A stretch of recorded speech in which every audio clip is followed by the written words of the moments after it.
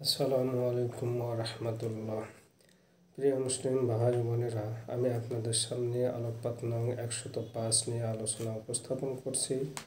আলোকপাতটির শিরোনাম হলো জালেম জনপদের অধিবাসীদের ধ্বংসকল্পে নবী ইব্রাহিম আলাইহিসসালাম এর বাসায় ফেরেশতাদের আগমন প্রসঙ্গে।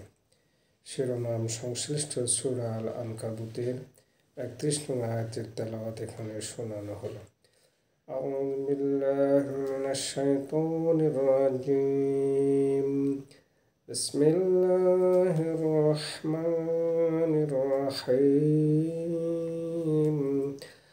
ওয়ালাম্মা জাআত রুসুলুনা ইব্রাহিমা বিল বুশরা ক্বালু ইন্না মুহলিকু আহলি হাযিহিল ক্বরয়াহ ইন্না আহলাহা কানু যালিমিন। সাদাকাল্লাহুল আযীম। এখন শিরোনামের আলোকে আয়াতটির ব্যাখ্যামূলক অনুবাদ এখানে উল্লেখ করা হলো।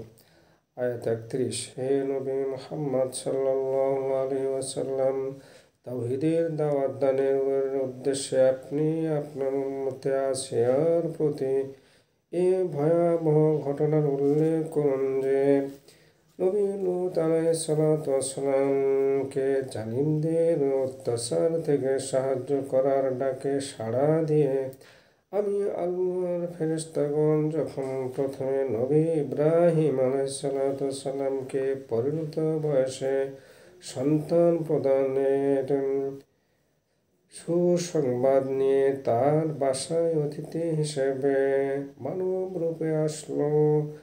যেহেতু ইব্রাহিম আলাইহিসসালাম কোনো অতিথি ছাড়া আহার করতেন না, তিনি তাদের প্রতি খাবার পরিবেশন করলেন। তাদেরকে মেহমান মনে করে মানবরূপী ফেরেশতারা নিজেদের পরিচয় দিয়ে বলল, আমরা মহান আল্লাহর ফেরেশতা, আমরা আহার করি না। অতএব হে নবী ইব্রাহিম আলাইহিসসালাম, আমরা আপনাকে এ পরিণত বয়সে মহান আল্লাহর পক্ষ থেকে নেক সন্তান লাভের সুসংবাদ দিচ্ছি। আর আমরা নবী লূত আলাইহিসসালামকে জালিমদের হাত থেকে বাঁচাতে তার ডাকে সাড়া দিয়ে এই সাধন জনপদের জালিম অধিবাসীদের ধ্বংস করতে এসেছে, যেহেতু তারা কাফের ও অমুসলিম।